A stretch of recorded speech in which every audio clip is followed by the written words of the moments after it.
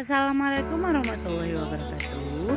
Perkenalkan, nama saya Widya Ismail, NIM 210205131, jurusan Farmasi, Prodi MI Pak Kesehatan, mahasiswi Universitas Muhammadiyah. Oke teman-teman, kali ini kita akan membahas tentang sistem reproduksi. Cekidot. Oke teman-teman, apakah teman-teman tahu apa itu sistem reproduksi? Sistem reproduksi atau sistem genital adalah sistem organ seks dalam organisme yang bekerja sama untuk tujuan reproduksi seksual. Banyak zat non atau hidup seperti cairan, hormon, feromon juga merupakan aksesoris penting untuk sistem reproduksi. Ini alat reproduksi pada laki-laki adalah satu testis. Testis adalah organ lunak berbentuk oval dengan panjang 4-5 cm dan diameter 2,5 cm, fungsi untuk menghasilkan hormon testosteron dan sperma. Di bagian kelenjar testis ada beberapa bagian, yaitu satu, tunika albuginea, yaitu kapsul yang membungkus testis yang merentang ke arah dalam, yaitu terdiri dari 250 lobulus. B, tubulus seminiferus, yaitu tempat berlangsung spermatogenesis. C, ductus yang membawa sperma matur ke dalam eksterior tubuh. D, epididymis, yaitu tuba yang terlilit panjangnya 4-6 meter yang terletak di sepanjang sisi posterior testis. D, ductus deferens, itu yang berupa tuba lurus yang terletak dalam korda spermatik yang mengandung pembuluh darah, pembuluh limfatik, syaraf SSO, otot cres mater, dan jaringan ikat. Spermatogenesis. Spermatogenesis adalah proses perkembangan spermatogonia menjadi spermatozoa yang berlangsung selama 4 hari. Spermatogonia berdekatan dengan membran basalis tubulus seminiferus yang berproliferasi melalui mitosis dan berdiferensiasi menjadi spermatos primer. Setelah menjadi itu, dia akan membentuk 2 spermatosekunder. Tahap akhirnya maturasi spermatid menjadi spermatozoa atau sperma. Sperma matur memiliki 1 kepala, 1 badan, 1 flagellum atau ekor. Yang pertama, saluran reproduksi pria. Epididymis, yaitu tuba yang terlilit panjangnya mencapai 4-6 meter yang terletak di sisi posterior testis. 2, ductus deferens, yaitu kelanjutan dari epididymis berupa tuba lurus. Yang ketiga, uretra yang membentang dari kandungan kemih sampai ujung penis sebagai saluran sperma dan urin.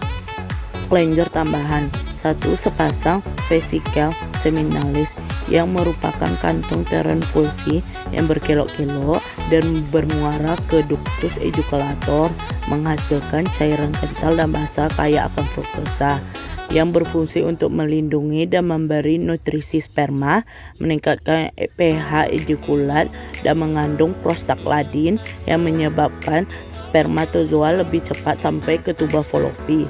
2, kelenjar prostat mengeluarkan cairan basah yang menyerupai susu yang menetralisir asiditas vagina selama sengama dan meningkatkan motilitas sperma yang optimum pada pH 6.0 sampai 6.5. Kelenjar bulboretal atau koper, yaitu sepasang kelenjar kecil ukurannya berbentuk menyerupai kacang polong.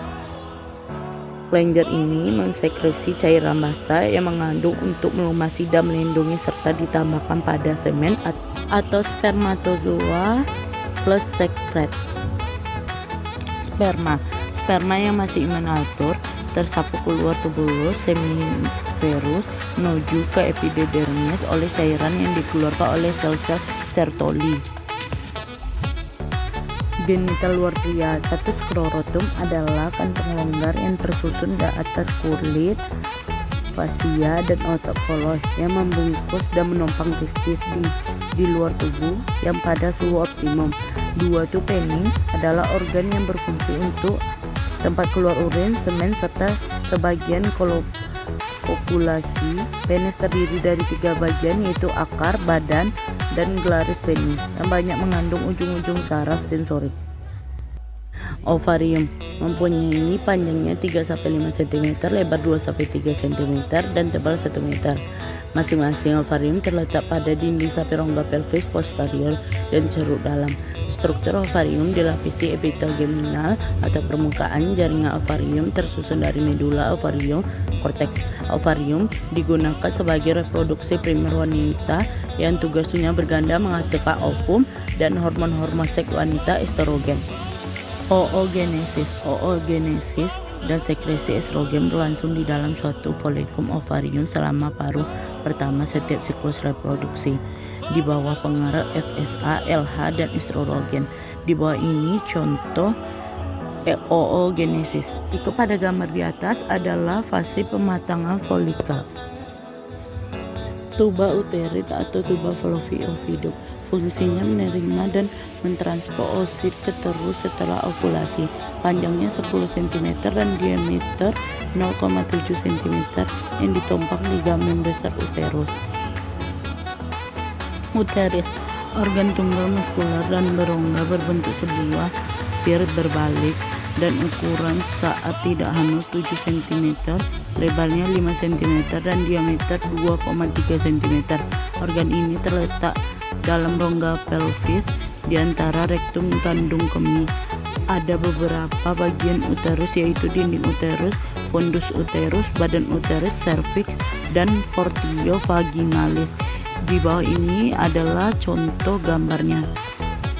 Vagina adalah tuba fibromuskularasi yang terbendistansi yang merupakan jalan lahir bayi dan aliran menstrual yang fungsinya sebagai organ kopulasi perempuan. Genital luar wanita: 1. Mons pubis, 2. Labia mayora atau bibir mayor, 3. Labia minora atau bibir minora, 4. Klitoris, 5. Vestibula, 6. Orificium uretra, 7. Mulut vagina, 8. Perineum.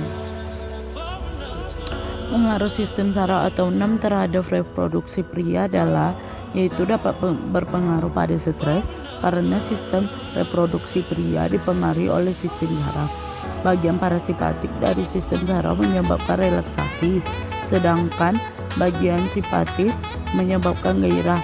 Dalam autonomi pria, sistem saraf autonom juga dikenal sebagai respons fixe ovuli yang menghasilkan testosteron dan mengaktifkan sistem saraf simpatik yang menciptakan gairah.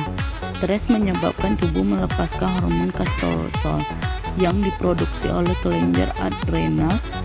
Kortisol penting untuk pengaturan tekanan darah dan fungsi normal beberapa sistem tubuh.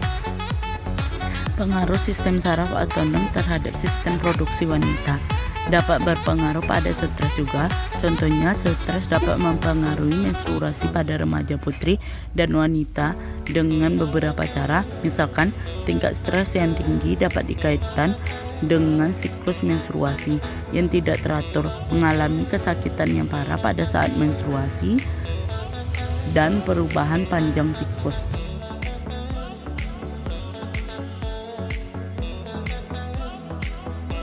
Sekian dari video saya. Terima kasih.